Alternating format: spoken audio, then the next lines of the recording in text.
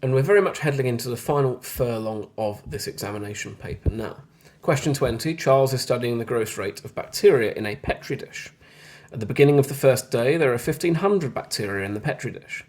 Charles assumes that the number of bacteria in the Petri dish will increase at a constant rate of 38% per day. Already thinking compound interest type things, compound growth. Use Charles's assumption to estimate the number of bacteria at the beginning of the third day. Give your answer to 3SF. So, beginning of day 1, there are 1,500 bacteria. Beginning of day 2, it's grown by 38%. So I'm going to multiply by 1.38. The 1 is the 100%, and then 0.38 is the 38% extra I'm getting on top. If I went 0.38, my number's going down, something's gone wrong. That's at the beginning of the second day. At the beginning of the third day, then, I would multiply by 1.38 again. So I'm doing 1,500 multiplied by 1.38 to the power of 2.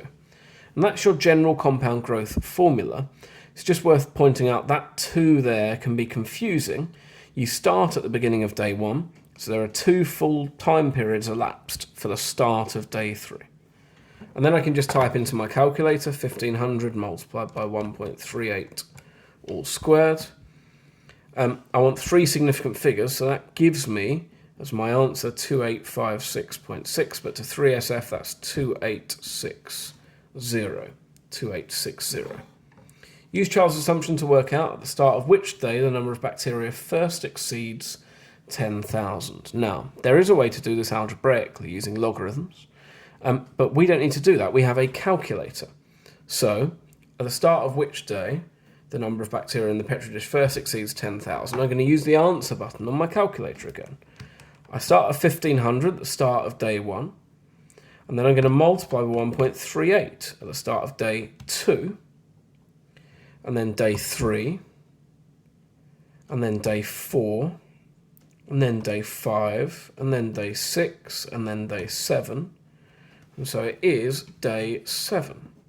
Day 7. Now, there are lots of ways we could write down what we're doing here, because we are really just brute forcing this. So a good thing to do in the exam, so the examiner knows what's happening, is day 1 is 1,500, day 2 is 2,070, day 3 we've already worked out is 2860, day 4, we're just going to go 3SF for the whole thing, is 3940, day 5 is 5440, day 6 is 7507, I've already broken my cardinal rule, 7510, and then day 7 is 10,360 or 10,400 to 3SF. Now, as an examiner, what I really want to see is that 10,360 or 10,400. I think if I'm seeing that, I'm convinced you've done something sensible. So that's all we would really need to write down. Part 2. If Charles' assumption about the rate of increase is too high, how might this affect your answer to B, part 1? So if it's growing by less than 38% a day, it's growing slower. So the number of days it would take to get above 10,000, it would take longer. Therefore, the answer would be larger or higher or anything like that. But larger is what I'm going to go with. The answer would be larger. It would take longer, gets the mark as well. I've just checked on the mark scheme. 21. An ice cream parlour has 18 different flavours, 13 toppings, 7 sauces. If a customer buys 1 scoop of ice cream, they can choose from the following options. Show that there are 1,998 different ways of ordering 1 scoop of ice cream at the parlour.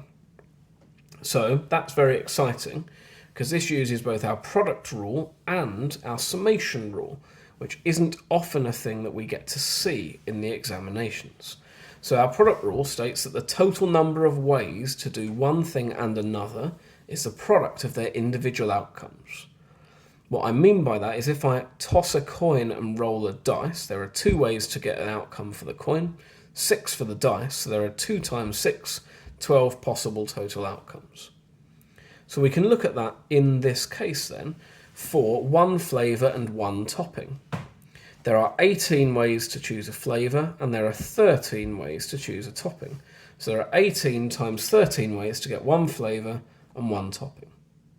Similarly, 1 flavour and 1 sauce, I can pick 18 flavours and I can pick 7 sauces. So there are 18 times 7 ways to pick one flavour and one sauce.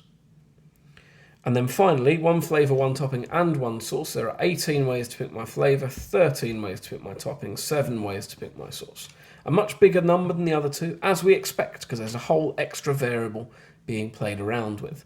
Every combination I had in one flavour and one sauce exists for all of the possible toppings. That's where the times 13 comes from. That's my product rule. My sum rule states that if I can achieve something by either doing one thing or by doing another, the total ways to achieve that is the sum of the ways to achieve each individual thing. Think about having multiple branches on a probability tree. You add those branches together. It's the same here.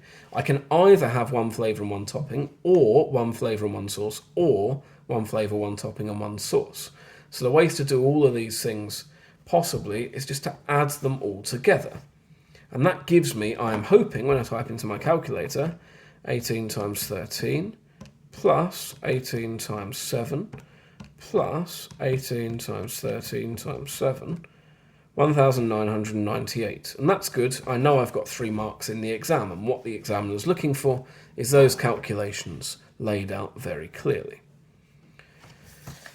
And that's those questions sorted.